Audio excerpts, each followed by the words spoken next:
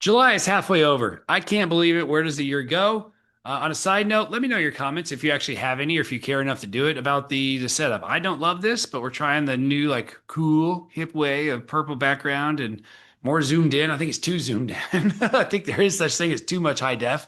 But nonetheless, let's hop in and yeah, I should have a backwards hat and like a black t-shirt. Grow some facial hair. That maybe complete this look. But let's at least hop into what we're doing and talk about the mortgage world. Rates 6.6-ish. It's all oil, guys. It's all because of just what's happening. So here's the 10-year treasury. You can see that rates went higher the last 2 or 3 days. Good for us. But for the most part, when bombs start flying and the Strait of Hormuz gets shut down and oil stops, that's a problem. And here's why. When these headlines start showing up, you can see the price of oil. This is the last month. The graph shows that just the last 30 days, give or take. Um, and it's obviously high, and that's why rates went up. The reason being, guys, is oil impacts almost everything. If you want to buy something, it needs to get to you, whether that's oil coming out of the ground and then gets shipped across the world over the United States or wherever it goes, then gets put in trucks to carry the stuff to here. It's just oil controls a ton of stuff. And what's interesting is when oil gets more expensive, inflation happens because things then cost more. And inflation's bad because if you're a mortgage investor and you're going to give somebody money for 30 years, inflation cuts into those returns because it just eats away at it. And you don't know what inflation is going to be. So you don't like high inflation.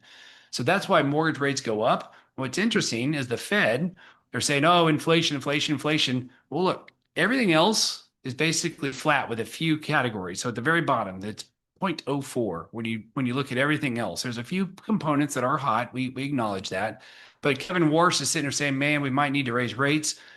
I like Kevin, so I'm gonna trust he knows more than I do. But the reality is the Fed raising or lowering rates doesn't open up the Strait of Hormuz. It doesn't make oil less expensive. It's just going to make it to where if they do raise rates, it creates demand destruction. Because when they raise rates, things become more expensive in terms of like borrowing and getting credit and all that other stuff.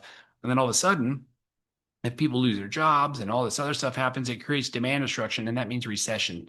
And recession means less people want stuff, and therefore less oil gets used, and it can and will bring down inflation, which brings down interest rates. So it's interesting how it all weaves together, but is what it is. So let's get to the housing market. This is pending home sales for the month of June. It went down compared to last year, about 5%, 5.4. Year over year as a whole, it's flat, but month over month, let me restate what I said earlier. It's 5% lower this month. Year over year, it's flat, but this is one of the worst readings we've had in July, or this is technically June, but we're getting it in July because this is the start of the summer season, right? And we're just not to see a decline, not great, is what it is. And look at that big drop during the COVID year, 2022, 2023, crazy. That's when rates went from 3% to 8. So it makes sense. Builders, they agree with us. They're feeling the same pain. If you'll see all these numbers, just know that anything over 50 is good. Anything under 50 is bad. We've been sitting in this mid 30s range, which is crazy. So they too are feeling it. And again, is what it is. It's just negative right now. A positive note here in North Texas, McKinney was number one in the state for first time homebuyers. We were number 70th in the country. So not ideal. Look at Florida on the map. Palm Bay. Don't even know where it is. I mean, I see where it is on the map. Never heard of it. Palm Bay, number one place for first time home buyers. And you can see Florida's got two of the top five, and Arizona's got three of the top five. That's crazy to me. Um, Green Bay, look at that. Green Bay coming in at number 13. DFW, though, we do lead in terms of just top five cities where growth meets stability, meaning like, yes, we're growing, but there's enough to support it in terms of economic development, in terms of people moving in and the job growth and all these other things. We're number one, so that's good. And in terms of investing in real estate, apparently Grand Prairie, Arlington, that's where it's at. So that's DFW, and I know those areas have been very big for us. And you can see that it's a 10 to 15% gross rental yield, is what they say. So there you go. It's the number one for the major investor pick for Dallas Fort Worth. And apparently, along those investor lines, 15% of what's happening is investors. So that's historically we've seen lately, I would say somewhere around, I've seen stats that say 1 out of 6, 1 out of 7. This means it's probably closer to that 1 out of 7 range, give or take. So it's pretty consistent with what we've seen, but I just thought the most interesting piece, look at the mega investors, 2.4%. That means that's just people like institutions buying a lot of homes. That's way more than I thought was happening. And then the fun piece.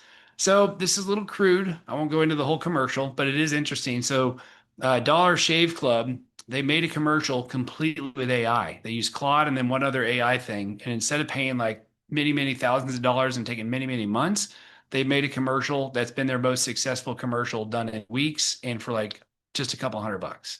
So that's wild to me. But I thought I'd share that with you just because it's just amazing what AI can do. And I watched the commercial and it's funny and it's crude, but the reality is it's amazing. Along that line, AI, apparently US has 24 million millionaires. So it's about 7% of the population. So that's, I don't know, is that 1 out of 11? I haven't done the math, but call it 1 out of 12, somewhere there. People are millionaires. That's crazy to me. So 1 out of 10 is 10%, obviously. So call it 1 out of 11, 1 out of 12 people is a millionaire. And we're adding another 1,000 a day. And they're saying that AI is driving a ton of that. Also, homeowners, just to put the plug in there. And then FYI, the Wall Street Journal reported that Elon Musk, because he does have that $1 trillion net worth, we've talked about it, it's greater than the annual input of 175 countries. And I want to say there's like 220 countries in the world or something goofy like that. Like Elon's basically richer than the world is what that amounts to. Product of the week. What to do if your earnest money falls through? Knock on wood. I've not been a part of a transaction where earnest money did not get returned to a buyer because of us. I've seen a few instances where it's happened, but it's not because of anything we did on the mortgage side.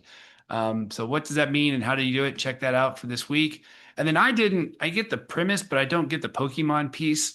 Borrowers take 30 days to send us their documents and then they say, can we close next week? Unfortunately, that happens all too often. I'm telling you, if you're a client, you're watching this, it doesn't quite work like that. So a 30-day contract doesn't mean you get 3 weeks to take off and jam it all into a week. And then lastly, evidence of success. Thank you as always to all our clients. We got 10 out of 10. I love it. They're giving Maritza a shout out. She's an awesome underwriter, or pardon me, processor, and she's awesome. And do appreciate all that she does for the team. And as always, forward, like, try, subscribe, right? Scribe, no, share, subscribe, all that fun stuff. You know what to do. And thanks for watching. And again, if you're still watching, I'd love to know your comments. Again, the close in, the this, that, and the other. I don't know that I love this, but let me know what your thoughts are. We appreciate you. And as always, when you think mortgage, think Mark.